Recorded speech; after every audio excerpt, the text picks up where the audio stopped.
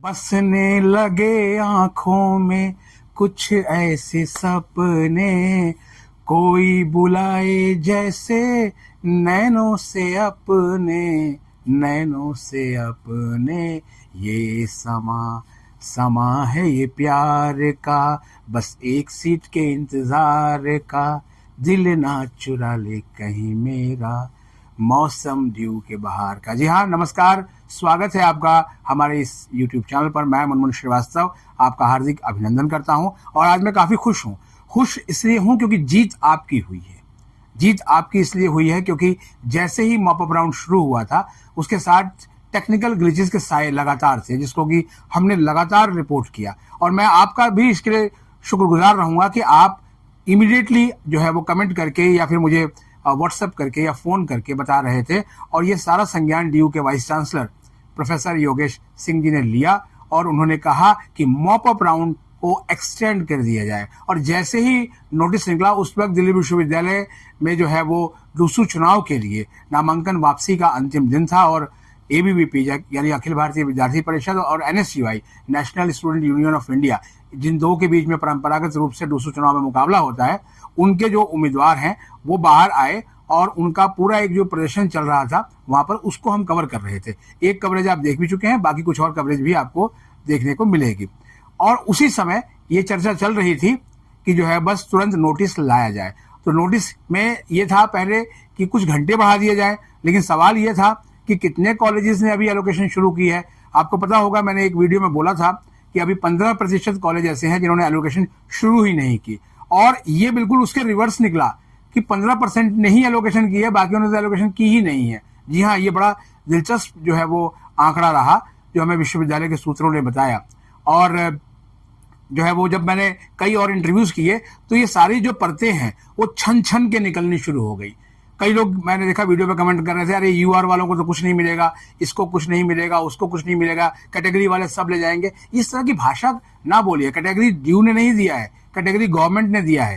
ये वो गवर्नमेंट का जो है, तो आप ऐसा कह के किसी का अपमान ना करें। और दूसरी चीज जो ये कह रहे हैं, खासतौर पर वो कोचिंग वाले, क्योंकि कमेंट से पता लग जाता है कि ये इंडिविजुअल स्टूडेंट्स के कमेंट है या किसी कोचिंग संस्थान ने कमेंट करवाए हुए हैं।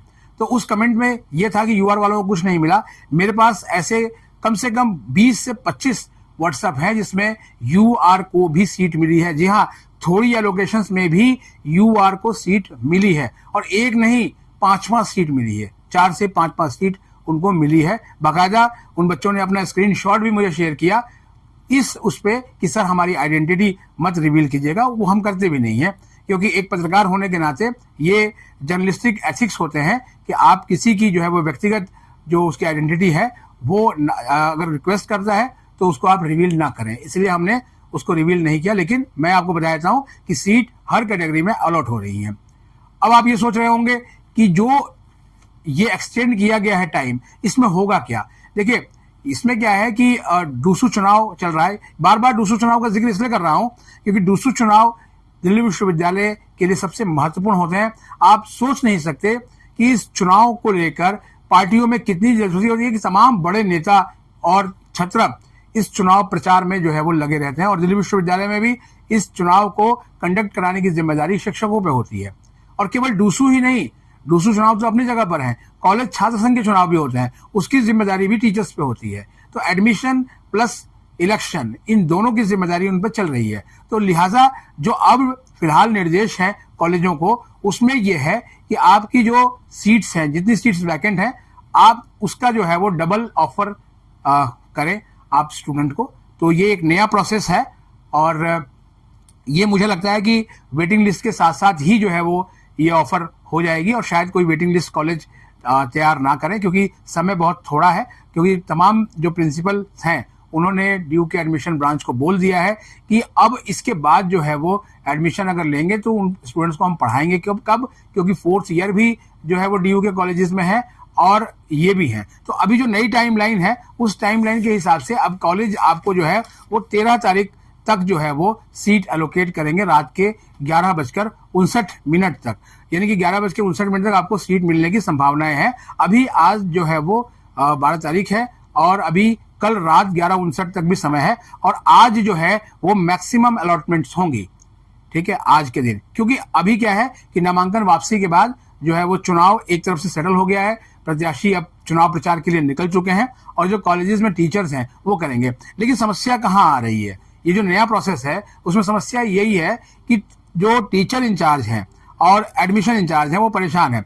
एक कॉलेज की शिक्षिका ने मुझे फोन करके बताया कि सर जो है वो मेरा नाम मत बताइएगा, लेकिन जो है वो ये शिक्षिका कंप्यूटर साइंस की हैं और उन्होंने कहा कि उनके कॉलेज में 5 सीटों के अगेंस्ट जो है वो लगभग 600 के आसपास एप्लीकेशन आई हुई हैं, लिहाजा उनके लिए मेरिट बनाना किसी चुनौती से कम नहीं है।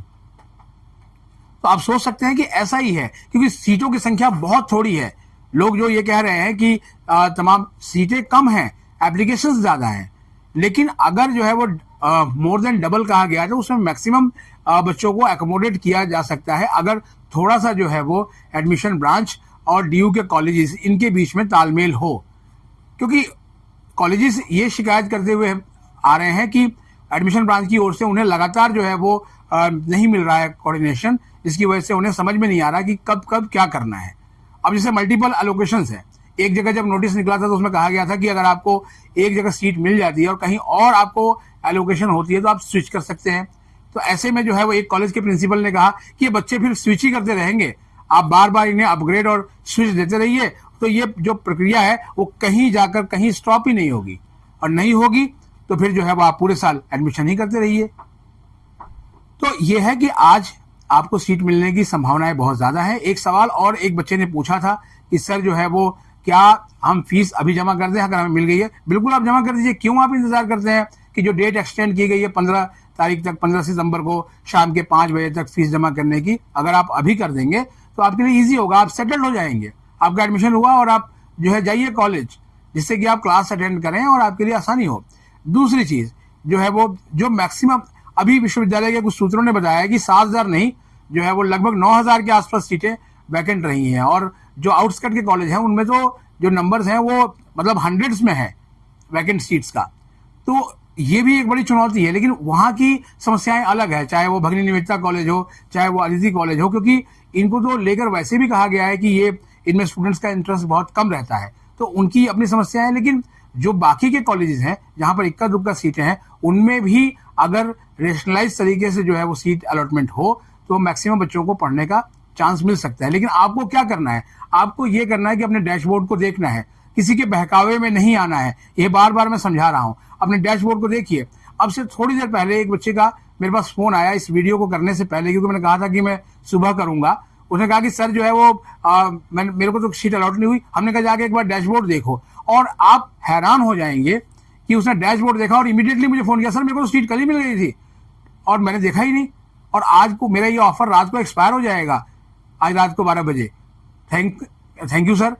तो सवाल ये है कि आप डैशबोर्ड क्यों नहीं देख रहे हैं? कौन आपको बताएगा? आपके बिहाफ पर जो है तमाम लोग जो है वो अपडेट्स देने के लिए आ रहे हैं, तमाम एजुकेशन का अड्डा चलाने वाले लोग, अपडेट्स देने वाले लोग, और आपको जो है वो बिल्कुल आपके भैया दीदी ये बने हुए हैं। कोई भैया दीदी नहीं है, आपको बता देता हूं, ठीक है। आपके भैया दीदी अगर कोई है तो वह है डीयू का एडमिशन पोर्टल और डीयू की वेबसाइट, इसको ही ऑथेंटिक माने। क्योंकि अगर किसी तरह की कोई डिस्क्रिपेंसी है तो आप वहीं देखेंगे। जब जैसे आपने मुझे बताया था कि उप समथिंग वेंट रॉन्ग आ रहा है, 403 फॉरबिडन एरर आ रहा है, और वो सारी चीजें अब जो है वो ठीक हो गई हैं। अब उम्मीद ये करते हैं कि कॉलेज थोड़ा सा जो है वो संजीदा रुख अपनाएंगे, क्योंकि प्रिंसिपल्स ने कहा है कि हम इस मॉप अप राउंड को जो है वो बहुत ही संजीदगी के साथ ले रहे हैं, क्योंकि ये लास्ट है, क्योंकि मॉप अप राउंड 2 नहीं आएगा। ये मैंने आपको पहले भी बताया था, क्योंकि मॉप अप राउंड 1 में ही सब कुछ समेटने की कोशिश है, क्योंकि अब विश्वविद्यालय प्रशासन इस प्रक्रिया को आगे लंबा नहीं खींचना चाहता। तो आप अलर्ट हो जाइए। आज यही सजग करने के लिए आपको हमने इस वीडियो को लेकर आए, और आपके जो सवाल हैं वो कमेंट बॉक्स में लिख दीजिए। मेरी पूरी कोशिश होगी कि उन सवालों के जवाब आपको मिले, क्योंकि आपकी आंखों में जो सपने हैं वो ये है, इसलिए ये समा प्यार का है, और वैसे भी दुखी होकर कुछ मिलने वाला नहीं है, खुश होकर ही जो है खुशी हासिल हो सकती है। आपको ऑल द बेस्ट। मिलते हैं एक और एपिसोड के साथ, तब तक के लिए नमस्कार।